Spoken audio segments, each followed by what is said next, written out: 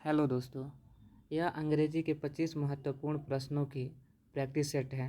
चलिए practice set start किया जाए। Question number first, from which century metaphysical poetry belong to? Option A 15th century, B 16th century, C 17th century, D 18th century. तो दोस्तों जो metaphysical poetry है यह 17वीं सदी से बिलोंग करता है, इसलिए इसका जो राइट आंसर होगा वो होगा ऑप्शन सी। चलते हैं next question. In which year Paradise Regained was published? Option A 1670, B 1671, C 1672, D 1673। तो दोस्तों जो पैराडाइज रीजेंट है यह 1671 1671 में पब्लिश हुआ था और इसके जो राइटर हैं वे थे जॉन मिल्टन, इसलिए इसका जो राइट आंसर होगा वो होगा ऑप्शन बी। चलते हैं next question. What is the epic style of Paradise Lost? Option A Homeric style, B Pope's style, C Marlowe style, D Shakespeare style. तो दोस्तों जो पैराडाइज लॉस्ट का जो स्टाइल था वह था होमेरिक स्टाइल, और पैराडाइज को किसने लिखा था? तो इसको लिखे थे जॉन मिल्टन ने, इसलिए इसका जो राइट आंसर होगा वो होगा ऑप्शन ए होमेरिक स्टाइल। चलते हैं नेक्स्ट क्वेश्चन पे। In which year Paradise Lost come? Option A 1664, B 1665, C 1666, D 1667। तो दोस्तों जो पैराडाइज लास्ट था यह पब्लिश हुआ था 1667 में, इसलिए इसका जो राइट आंसर होगा वो होगा ऑप्शन डी 1667। चलते हैं नेक्स्ट क्वेश्चन।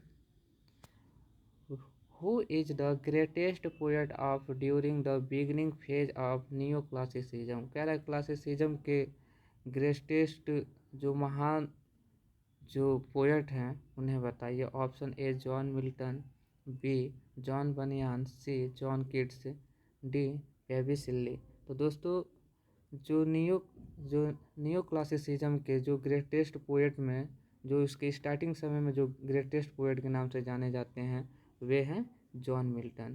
तो इसका राइट जो आंसर होगा वो होगा ऑप्शन ए। चलते हैं next question. The sacred would is a collection of 20 essays by T.S. Eliot, first published in?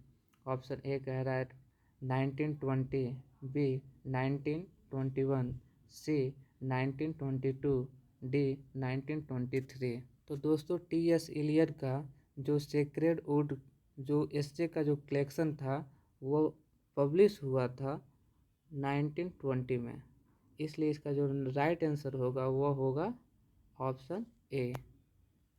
चलते हैं next question. Morality plays were written? Option A in the 15th and 16th century, B in the 17th century, C in the 18th century, D in the 19th century। तो दोस्तों जो morality play है इसको लिखा गया 15वीं और 16वीं सदी में, इसलिए इसका जो राइट आंसर होगा वो होगा option A in the 15th and 16th century। चलते हैं next question. A caesura is a dot dot in a line? Option A pause, B syllable, C strain, D accent. तो दोस्तों कैसूरा एक लाइन में एक पॉज होता है। चलते हैं नेक्स्ट क्वेश्चन, इसलिए इसका जो राइट आंसर होगा वो होगा ऑप्शन ए। चलते हैं next question. Another name for verse लीवर is? Option A free or open verse, B blank verse, C courtly verse, D none of the above, उपर्युक्त में से कोई नहीं। दोस्तों वर्स लीवर जो है इसको फ्री और ओपन वर्स के नाम से भी जानते हैं, इसलिए इसका जो राइट आंसर होगा वो होगा ऑप्शन ए। चलते हैं next question. What is poetic licence? Option A poetry written to stabilised rules and regulation of versification, B. Royal permission to write poetry, C. Liberties with language and facts in poetry, D. Poetic norms of a particular period। तो दोस्तों जो poetic licence होता है वो होता है liberties with language and facts in poetry, इसलिए इसका जो राइट आंसर होगा वो होगा ऑप्शन सी। चलते हैं अगले प्रश्न पे। The ottava rima follows the rhyme scheme, option A B A B A B C C, B A B B A B B A, C A B C D A B C D, D A B B C A B B C. तो दोस्तों जो ottava rima होता है, वह A B C C rhyme scheme को follow करता है, इसलिए इसका जो राइट आंसर होगा वो होगा ऑप्शन ए। चलते हैं अगले प्रश्न पे। The comedy of manners flourished in England during, option A Elizabeth age, B restoration age, C romantic age, D modern age. तो दोस्तों द कॉमेडी ऑफ मैनर्स का जो विकास हुआ था वह हुआ था रेस्टोरेशन एज में, इसलिए इसका जो राइट आंसर होगा वो होगा ऑप्शन बी। चलते हैं अगले प्रश्न पे। Who is known as the father of English criticism, option A Aristotle, B Shakespeare, C Plato, D John Dryden. तो दोस्तों जो इंग्लिश क्रिटिसिज्म के जो फादर कहे जाते हैं वे कहे जाते हैं जॉन ड्राइडेन, इंग्लिश लिटरेचर के। तो दोस्तों इसका जो राइट आंसर होगा वो होगा जॉन ड्राइडेन। चलते हैं अगले प्रश्न पे। Who is known as the father of criticism, यहाँ देखिए यहाँ क्रिटिसिज्म है और इस क्वेश्चन में था आपका इंग्लिश क्रिटिसिज्म के जो फादर हैं जॉन ड्राइडेन जाने जाते हैं, और यहाँ आपका पूछ रहा है कि the father of criticism, option A कह रहा है एरिस्टोटल, बी कह रहा है शेक्सपियर, सी कह रहा है प्लेटो, डी कह रहा है जॉन ड्राइडेन। तो दोस्तों जो केवल क्रिटिसिज्म के जिन्हें फादर कहा जाता है उन्हें कहा जाता है एरिस्टोटल को, इसलिए इसका जो राइट आंसर होगा वह होगा ऑप्शन ए।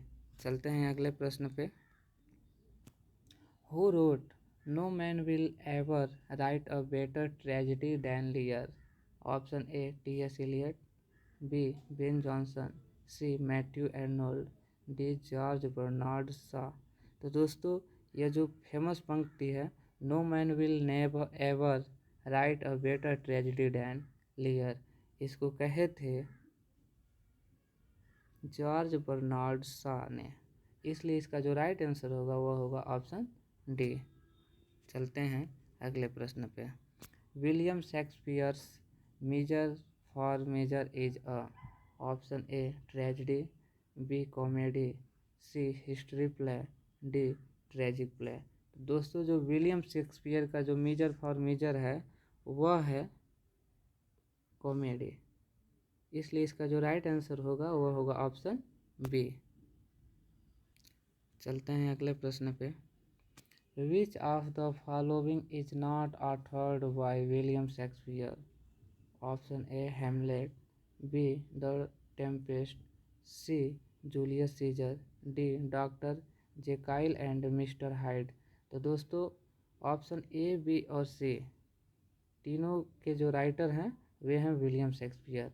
अगर इसमें विलियम शेक्सपियर ने किसी को नहीं लिखा है तो वह है doctor Jekyll and mister hide, इसलिए इसका जो राइट आंसर होगा वह होगा ऑप्शन डी। चलते हैं अगले प्रश्न पे। Macbeth sees the ghost of, option A Banquo, B Duncan, C Iago, D Hamlet. तो दोस्तों मैकबेथ ने बंकियो का घोस्ट भूत देखा था, इसलिए इसका जो राइट आंसर होगा वो होगा ऑप्शन ए। चलते हैं अगले प्रश्न पे।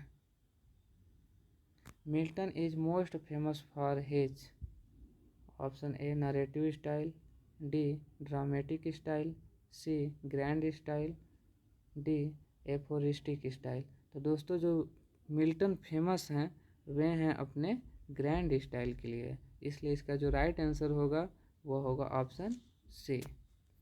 चलते हैं अगले प्रश्न पे। In which year Milton's Lycidas was written? Option A 1637, 1638, B 1637, C 1635, D 1636। तो दोस्तों जो मिल्टन ने लाइसिडस लिखा था वो लिखा था 1637 ईस्वी में, और इसको लिखा था जब एडवर्ड किंग एक्सपायर हो गई, उनकी मृत्यु हो गई, उसी समय उनकी मृत्यु पर यह लाइसिडस लिखा था, इसलिए इसका जो राइट आंसर होगा वो होगा ऑप्शन बी। चलते हैं अगले प्रश्न पे। Life of Milton has been written by? Option A Samuel Johnson, B Ben Jonson, C Charles Lamb, D John Dryden. तो दोस्तों लाइफ ऑफ मिल्टन जो लिखे थे वे लिखे थे सैमुअल जॉनसन ने, इसलिए इसका जो राइट आंसर होगा वो होगा ऑप्शन ए। चलते हैं अगले प्रश्न पे। Galsworthy was elected as the first president of the PEN international literary club in? Option A 1920, B 1921, C 1922, D 1923। तो दोस्तों गल्सवर्थी चुने गए थे पहले प्रेसिडेंट के रूप में पेन इंटरनेशनल लिटरेरी क्लब के, तो वे चुने गए थे 1921 में, इसलिए इसका जो राइट आंसर होगा वो होगा 1921, ऑप्शन बी। चलते हैं अगले प्रश्न पे। गल्सवर्थी डाइड फ्रॉम, खाली स्थान है इसको भरना है, at his London home Grove Lodge Hampstead. Option A कह रहा है गॉड, बी कह रहा है कलरा, सी कह रहा है ब्रेन ट्यूमर, डी कह रहा है हार्ट अटैक। तो दोस्तों गल्सवर्थी की जो मृत्यु हुई थी वह हुई थी ब्रेन ट्यूमर की वजह से, इसलिए इसका जो राइट आंसर होगा वो होगा ऑप्शन सी। चलते हैं अगले प्रश्न पे। In the plot the Silver Box the box refers to? Option A reticule, B trunk box, C gold box, D और सिगरेट बॉक्स। तो दोस्तों द सिल्वर बॉक्स जो प्ले था जिसको लिखे थे जॉन गल्सवर्थी, इसमें बॉक्स रिफर किया गया है और सिगरेट बॉक्स के लिए, इसलिए इसका जो राइट आंसर होगा वह होगा ऑप्शन डी और सिगरेट बॉक्स। चलते हैं अगले प्रश्न पे। Who discusses the life of Galsworthy in his work Portraits from Life 1937? दोस्तों ये जो किताब पब्लिश हुआ था पोर्ट्रेट फ्रॉम लाइफ 1937 में पब्लिश हुआ था, कह रहा है कि किसने चर्चा किया है अपनी किताब में गल्सवर्थी के बारे में? Option A W Barker, B Ford Madox, C Leon Schalit, D R H Mottram. तो दोस्तों इस प्रश्न का जो राइट आंसर होगा वो होगा ऑप्शन बी। फोर्ड मैडोक्स ने अपने पुस्तक अपने वर्क पोर्ट्रेट फ्रॉम लाइफ में डिस्कस के बाद गल्सवर्थी के लाइफ के बारे में डिस्कस किया है। दोस्तों अगर आपको यह वीडियो अच्छा लगा हो तो कृपया इसे लाइक कर दें और आप चैनल को सब्सक्राइब अवश्य कर लें, जिससे हमारी अगली वीडियो आपके तक आसानी से पहुंच सके। तो दोस्तों मिलते हैं अगली वीडियो में एक नई प्रैक्टिस सेट के साथ, तब तक के लिए धन्यवाद।